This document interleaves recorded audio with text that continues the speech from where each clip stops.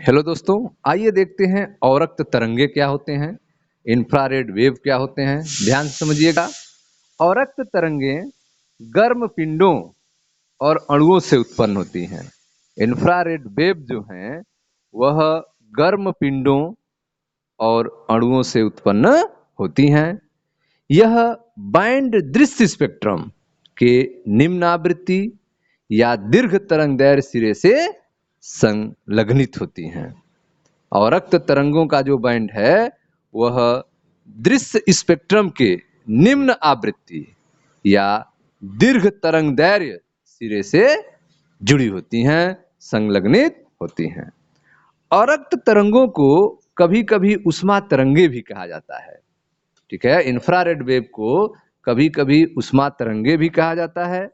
ऐसा इसलिए क्योंकि अधिकांश पदार्थों में विद्यमान जल के अणु अवरक्त तरंगों को तुरंत अवशोषित कर लेते हैं। अवरक्त तरंगों को कभी कभी उष्मा तरंग भी कहते हैं क्योंकि अधिकांश पदार्थों में उपस्थित जल के अणु अवरक्त तरंगों को तुरंत एब्जॉर्ब कर लेते हैं, तुरंत अवशोषित कर लेते हैं। कई अन्य अणु जैसे कि कार्बन डाइऑक्साइड, NH3 अमोनिया आदि भी अवरक्त तरंगों को अवशोषित कर लेते हैं। अवशोषण के पश्चात उनकी तापीय गति बढ़ जाती है, अर्थात वे गर्म हो जाते हैं और अपने परिवेश को गर्म करने लगते हैं। ठीक है, तो अवरक्त तरंगे जो है जल के अणु तुरंत अवशोषित करते हैं। अवशोषण के बाद उनकी तापीय गति बढ़ जाती है, अर्थात वे गर्म हो जाते हैं और अपने परिवेश को गर्म करने लगते हैं। अवरक्त लैंपों का उपयोग कार्य चिकित्सा में किया जाता है। अवरक्त लैंप जो है, इंफ्रारेड लैंप जो हैं, उनका उपयोग कार्य चिकित्सा में किया जाता है। अवरक्त विकिरण की पृथ्वी की गर्मी अर्थात माध्य ताप बनाए रखने में भी हरित गृह प्रभाव द्वारा एक अहम भूमिका है। अवरक्त विकिरण की पृथ्वी की गर्मी अर्थात माध्य ताप बनाए रखने में भी हरित गृह प्रभाव के द्वारा एक अहम भूमिका होती है।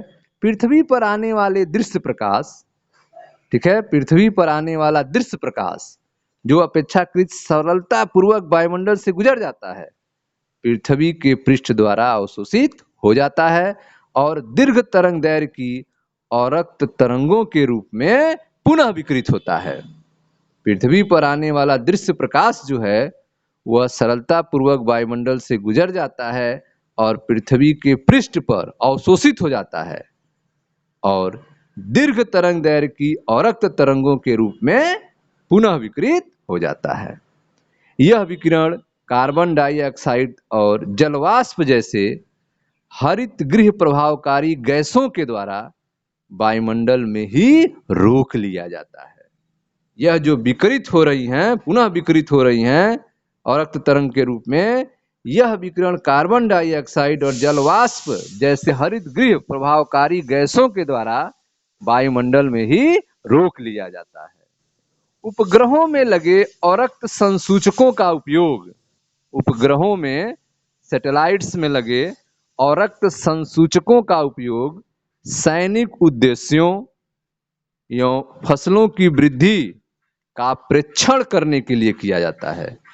उपग्रहों में लगे अवरक्त संसूचकों का उपयोग सैनिक उद्देश्यों एवं फसलों की वृद्धि का प्रेक्षण करने के लिए किया जाता है। इलेक्ट्रॉनिक युक्तियां जैसे कि प्रकाश उत्सर्जक डायोड भी अवरक्त तरंगे उत्सर्जित करता है। प्रकाश उत्सर्जक डायोड भी अवरक्त तरंगे उत्सर्जित करता है और घरेलू इलेक्ट्रॉनिक प्रणालियां जैसे कि टीवी सेट, वीडियो रिकॉर्डिंग और हाई फाई प्रणालियों के रिमोट नियंत्रकों में भी ये अधिकता से प्रयोग की जाती है। ठीक है, अवरक्त तरंगों का अधिकता से प्रयोग की जाती है। तो इस तरह से आपने देखा अवरक्त तरंगे अर्थात इंफ्रारेड वेव गर्म पिंडों और अणुओं से उत्पन्न होती हैं। यह बैंड दृश्य स्पेक्ट्रम के निम्न आवृत्ति या दीर्घ तरंग दैर्घ्य सिरे से संलग्नित होता है। अवरक्त तरंगों को कभी कभी ऊष्मा तरंगे भी कहते हैं। ऐसा इसलिए क्योंकि अधिकांश पदार्थों में विद्यमान जल का अणु अवरक्त तरंगों को तुरंत अवशोषित कर लेता है। जल के अणु के अलावा अन्य कई अणु हैं, जैसे कार्बन डाइऑक्साइड, अमोनिया आदि भी अवरक्त तरंगों को अवशोषित कर लेते हैं। अवशोषण के बाद उनकी तापीय गति बढ़ जाती है, अर्थात वे गर्म हो जाते हैं और अपने परिवेश को गर्म करने लगते हैं। अवरक्त लैंपों का उपयोग काय चिकित्सा में किया जाता है। अवरक्त विकिरण की पृथ्वी की गर्मी अर्थात मध्य ताप बनाए रखने में भी हरित गृह प्रभाव के द्वारा एक अहम भूमिका होती है। अवरक्त विकिरण की पृथ्वी की गर्मी अर्थात माध्य ताप बनाए रखने में भी हरित गृह प्रभाव के द्वारा एक अहम भूमिका होती है। पृथ्वी पर आने वाला दृश्य प्रकाश जो अपेक्षाकृत सरलतापूर्वक वायुमंडल से गुजर जाता है, पृथ्वी के पृष्ठ द्वारा अवशोषित हो जाता है और दीर्घ तरंग दैर्घ्य की अवरक्त तरंगों के रूप में पुनः विकिरित होता है। यह विकिरण कार्बन डाइऑक्साइड और जलवाष्प जैसे हरित गृह प्रभावकारी गैसों द्वारा वायुमंडल में ही रोक लिया जाता है। उपग्रहों में लगे अवरक्त संसूचकों का उपयोग सैनिक उद्देश्यों और फसलों की वृद्धि का परीक्षण करने के लिए किया जाता है। इलेक्ट्रॉनिक युक्तियां जैसे कि प्रकाश उत्सर्जक डायोड भी अवरक्त तरंगे उत्सर्जित करते हैं और घरेलू इलेक्ट्रॉनिक प्रणालियां जैसे कि TV set, video recorder, hi fi प्रणालियों में रिमोट नियंत्रकों, रिमोट कंट्रोल में भी अवरक्त तरंगे अधिकता से प्रयोग की जाती हैं। ठीक है स्टूडेंट्स, तो यह था आपका अवरक्त तरंगों के बारे में।